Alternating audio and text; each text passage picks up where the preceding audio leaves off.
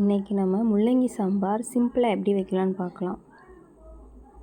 குழம்பு சட்டியில் நான் 3 முள்ளங்கியை தோல் சீவிட்டு கட் பண்ணி வச்சுருக்கேன்.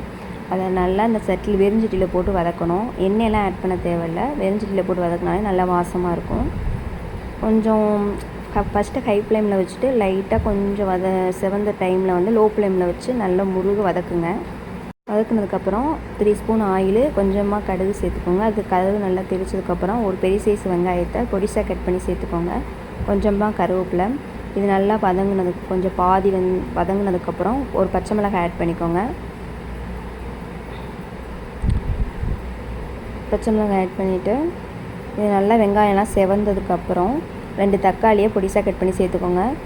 தக்காளி நல்லா மசிஞ்சு இந்த ஸ்டேஜில் முருங்கைக்காய் ஆட் பண்ணிக்கோங்க. முருங்கைக்காய் நல்லா பாதி வெந்ததுக்கப்புறம் மசாலா ஆட் பண்ணிக்கோங்க. வீட்டு மிளகா பொடி தான் நான் சேர்த்துருக்கேன். 2 ஸ்பூன் வீட்டு மிளகா பொடி சேர்த்துருக்கேன். உங்கள்கிட்ட சாம்பார் பொடி இருந்தால் 1 ஸ்பூன் வேஸ்ட்டாக ஆட் பண்ணிக்கோங்க. சாம்பார் வேறு லெவலில் இருக்கும்.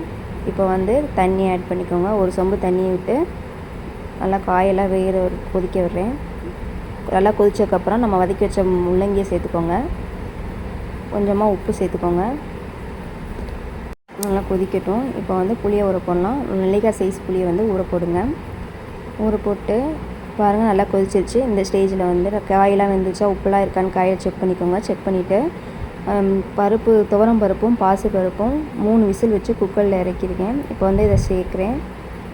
இந்த ஸ்டேஜில் சேர்த்ததுக்கப்புறம் இதை நல்லா கலக்கி விட்டு உப்பெல்லாம் செக் பண்ணிக்கோங்க. செக் பண்ணிவிட்டு நல்லா இப்போ கொதிச்சிருச்சு. இப்போ நம்ம புளி கரைசல் ஆட் பண்ணிக்கிறேன். கரைச்ச புளி சேர்த்தாச்சு.